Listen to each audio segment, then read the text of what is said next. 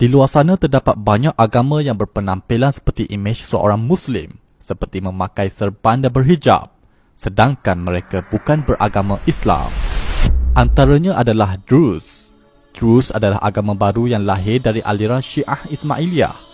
Mereka mendakwa Khalifah Fatimiyah di Mesir iaitu Al-Hakim bi Amrullah adalah Allah dalam penjelmaan yakni tajalli dalam bentuk manusia. Agama ini telah mengadun kepercayaan falsafah Yunani, Hindu dan Buddha dengan kepercayaan Syiah Ismailiyah. Pemakaian mereka ini adalah kerana pengaruh budaya dan masyarakat di Timur Tengah. Agama Saba'in Mandain. Saba'in Mandainism adalah agama yang lahir di Iraq, sekitar pesisiran sungai Efrat dan Tigris. Mereka menganggap Nabi Yahya atau John the Baptist adalah Nabi utama di sisi ajaran mereka. Mereka menjadikan ritual pembaptisan di sungai sebagai ibadat utama di sisi mereka.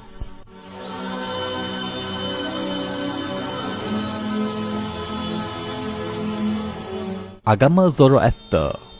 Zoroaster atau Majusi adalah agama lahir di Parsi atau Iran sekarang. Agama ini memuliakan elemen-elemen alam seperti api, air, tanah dan udara.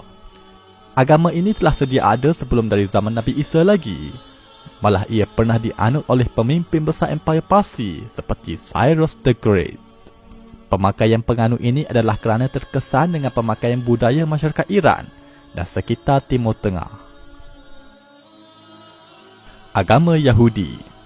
Yahudi adalah agama yang dianut oleh bangsa Bani Israel atau Yahudi. Mereka mendapat risalah wahyu dari Nabi dan Rasul yang telah diutuskan oleh Allah kepada mereka. Mereka antara penganut yang memiliki pengamalan hukum hakam yang ketat.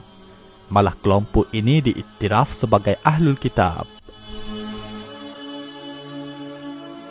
Agama Kristian.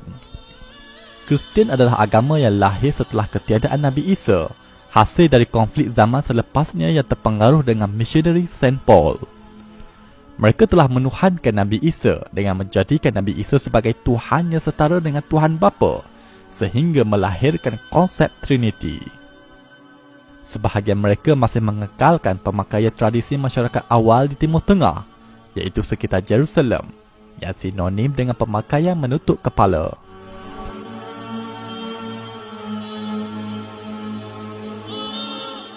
Agama Samaritan. Samaritan adalah agama kuno yang lahir sejak dari zaman sebelum Nabi Isa. Mereka adalah kelompok Bani Israel yang telah mengasingkan diri dari orang-orang Yahudi yang lain. Malah mereka mendakwa kitab Taurat orang Yahudi yang ada pada hari ini adalah menyeleweng.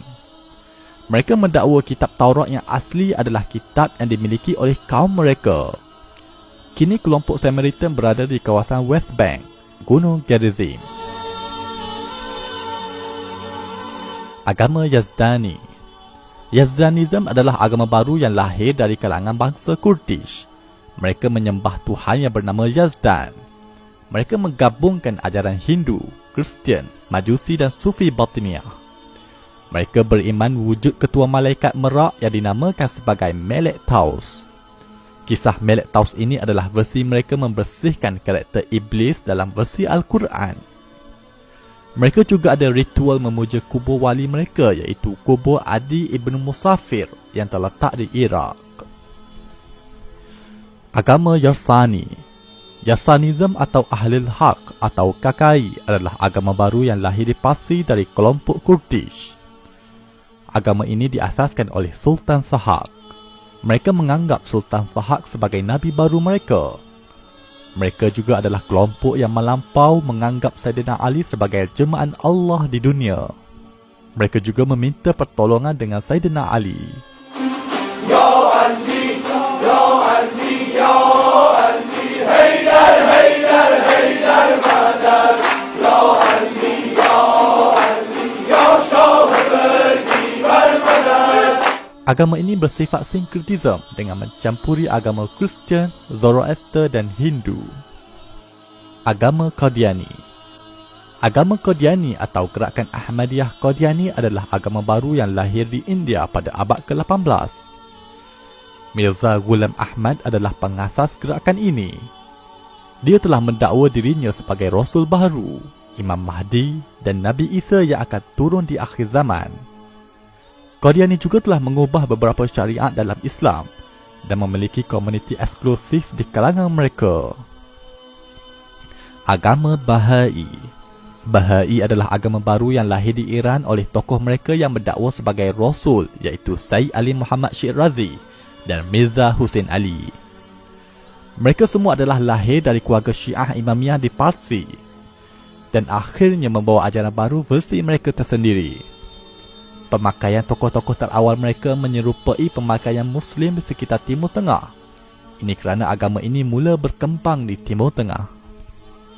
Agama Sikh. Sikhism adalah agama muda yang lahir di negara India. Wujudnya agama Sikh ini juga hasil dari konflik antara agama Islam dan Hindu di India. Lalu wujud unsur Hindu dan Islam yang begitu jelas di dalam kitab suci agama Sikh itu sendiri. Mereka mewajibkan lelaki dan wanita memakai turban dan menutup kepala mereka. Selain itu, masih banyak lagi pemakaian keagamaan yang muncul terutama bagi gerakan agama baru hasil dari pecahan dari Kristian dan Islam. Nantikan pendedahan di dalam buku 60 agama baru di Malaysia yang mendedahkan bagaimana gerakan agama baru dari luar negara berjaya melebarkan pengaruh ajaran mereka ke dalam negara ini. Bagi umat Islam, situasi ini mengingatkan kita kepada sebuah hadis yang disabdakan oleh Nabi SAW yang bermaksud, tidak akan terjadi kiamat sehinggalah dibangkitkan dajjal-dajjal yang menipu yang mana jumlah mereka lebih kurang 30 orang. Setiap daripada mereka mendakwa bahawa dialah utusan Allah. Hadis riwayat Al-Bukhari.